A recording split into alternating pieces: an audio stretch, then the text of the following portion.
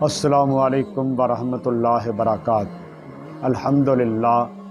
الحمدللہ وکفا والصلاۃ والسلام علی من لا نبی بعد، فاعوذ باللہ من الشیطان الرجیم، بسم اللہ الرحمن الرحیم۔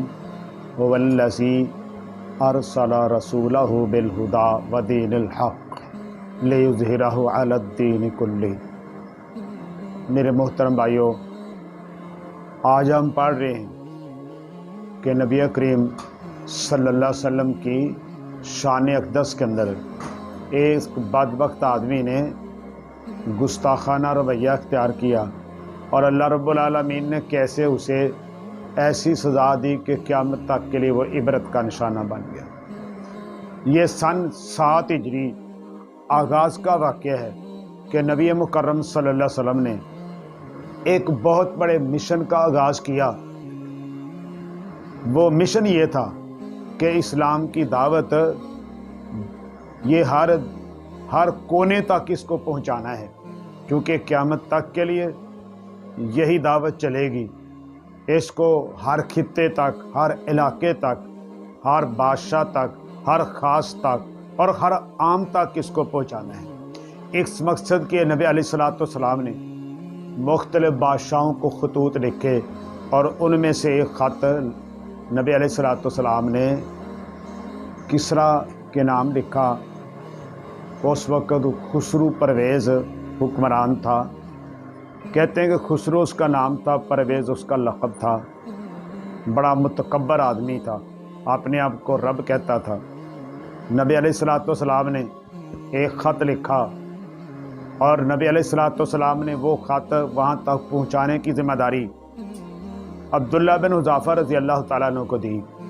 یہ صحابی رضی اللہ عنہ، ان کا لمبا قد تھا، خوبصورت ان کا رنگ تھا، اور بڑے ذہین فتین تھے، اور ارادے کے بڑے پکے تھے، بہادر بھی تھے، جری بھی تھے۔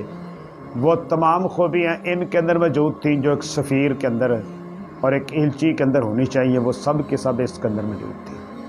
نبی علیہ الصلوۃ والسلام نے اسے خط دیا، اور خط کے اندر جو اوپر لکھا تھا محمد الرسول اللہ صلی اللہ علیہ وسلم، ان کی طرف سے آگے کسریٰ کا نام تھا، وہ بعد میں لکھا تھا۔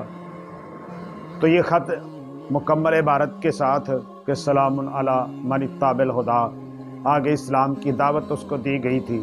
یہ خط ان کو دیا اور کہا یہ خط کسریٰ خسرو پرویز کو پہنچانا ہے، اس کے ہاتھ میں جا کے دینا ہے۔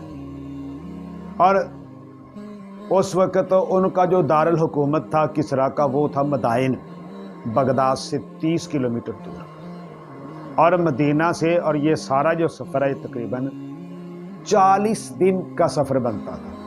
تو عبداللہ بن حذافہ رضی اللہ تعالیٰ عنہ نے ضروری سامان لیا، سواری لی اور چل پڑے۔ طویل سفر کرنے کے بعد جب اس علاقے کے اندر یہ پہنچ گئے، اور جا کر اس شہر کے اندر بھی پہنچ گئے، اور جا کر جو کسریٰ کے جو حواری تھے، درباری سے، ان سے پہلے بات کی کہ میں عرب سے آیا ہوں، اور وہاں جس شخص نے نبوت کا دعویٰ کیا ہے نبی مکرم صلی اللہ علیہ وسلم، ان کا یہ دعوت نامہ ہے، پیغام ہے، یہ میں نے بادشاہ تک پہنچانا ہے۔ جب بادشاہ کو اطلاع دی گئی تو اس نے اپنا دربار سجایا، اور اپنا جو ان کا جو ظاہری ٹھاٹ باٹ ہوتا ہے وہ قائم کرنے کے لیے، دکھانے کے لیے دربار سجایا، اور کہا بھی اس عرب سفیر کو بلا لو۔ عبداللہ بن حذافہ رضی اللہ عنہ وہ دربار میں داخل ہوتے ہیں، اور سادہ لباس میں ہیں، اور بڑی بے نیازی کے ساتھ داخل ہوتے ہیں۔ بادشاہ کا تخت دیکھ کر، بادشاہ کے لمبے چوڑے تکلفات دیکھ کر، اس کی ظاہری نمائش دیکھ کر، اور ظاہری اس کا روب دیکھ کر، اس کی ظاہری مادیت دیکھ کر کسی قسم کا کوئی روب میں نہیں آئی۔ بڑی بے نیازی کے ساتھ، بڑی سادگی کے ساتھ دربار کے اندر داخل ہوئے۔ ابھی اس بادشاہ اور ان سفیر کے درمیان کچھ فاصلہ ہی تھا کہ کسریٰ نے اپنے کسی درباری کو کہا اشارہ کر کے کہ اس سے لیٹر پکڑ لو، جب اس نے لیٹر وہ خط پکڑنا چاہا، عبداللہ بن حذافہ رضی اللہ تعالیٰ نے کہا نہیں میں ایسے نہیں دوں گا۔ جب مدینے سے چلا تھا میرے آقا نے کہا تھا صلی اللہ علیہ وسلم نے یہ خط کسریٰ کے ہاتھ کے اندر پکڑانا ہے، تو یہ میں کسریٰ کے ہاتھ میں دینا ہے، کسی اور کے ہاتھ میں نہیں دوں گا۔ جب بادشاہ نے یہ بات سنی اس نے کہا چلو اس کو آنے دو۔ وہ خط انہوں نے خود بادشاہ کے ہاتھ کے اندر پکڑایا۔ اس نے ایک مترجم کو بلایا، جو مترجم وہاں ملازم تھا۔ اس مترجم نے وہ خط پڑھنا شروع کیا، بلکہ ابھی اس نے سٹارٹ ہی کیا تھا، شروع ہی کیا تھا۔ اور جب اس نے یہ پڑھا کہ محمد رسول اللہ صلی اللہ علیہ وسلم ان کی طرف سے کسریٰ کی طرف، تو یہ بات سننی تھی، اس نے آگے والی بات تو اس نے سنی نہیں۔ یہ بات سن کے بڑے متکبرانہ انداز کے اندر، بڑے فاخرانہ انداز کے اندر، اپنے آپ کو جعلی رب کہنے والا غصے کے اندر آ گیا۔ غصے سے ہاتھ اس کے کانپنے لگے، رنگ اس کا سرخ ہو گیا، آواز کی تبدیل ہو گئی۔ کہنے لگا دیکھو ہمارے غلاموں کی یہ جرت ہو گئی ہے کہ خط لکھتے ہیں، اپنا نام پہلے لکھتے ہیں، میرا نام بعد میں لکھتے ہیں۔ ان کی یہ جرت، ان کی یعنی یہ جو عبارت تھی اس کو اور بدبخت بندے نے بغاوت سے تعبیر کیا۔ اور بس اتنی بات، غصے میں اس بدبخت نے وہ جو لیٹر تھا نا اس کو کئی ٹکڑوں کے اندر پھاڑ دیا اور کہا، عبداللہ بن حذافہ رضی اللہ تعالیٰ یہ سارا منظر ایک طرف کھڑے دیکھ رہے جس کا رد عمل کیا، اور فوراً کہا کہ سفیر جو ہے فوری طور پر یہاں سے نکل جائے۔ عبداللہ بن حذافہ رضی اللہ تعالیٰ عنہ ان کی ڈیوٹی مکمل ہو چکی تھی، وہ یہاں سے روانہ ہوئے، نبی علیہ السلام کے پاس پہنچے۔ آقا جی یہ کچھ ہوا ہے۔ اس بدبخت نے تو پورا پیغام سنا ہی نہیں، اس نے اس کو پھاڑ دیا ہے۔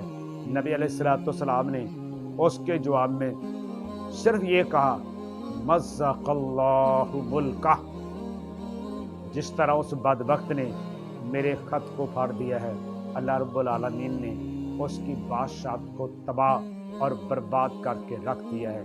وہ بچ نہیں پائے گا، نہ وہ بچے گا، نہ اس کی سلطنت بچے گی۔ اس بدبخت نے جو جرت کی ہے یہ جرت اس کو بڑی مہنگی پڑے گی۔ وہ جو بدبخت آدمی تھا اس نے یہی بس نہیں کیا، اس نے اس وقت عرب کے علاقے کو کنٹرول کرنے کے لیے یمن کے اوپر ان کا ایک گورنر ہوتا تھا، اس وقت بازان نامی ایک گورنر تھا۔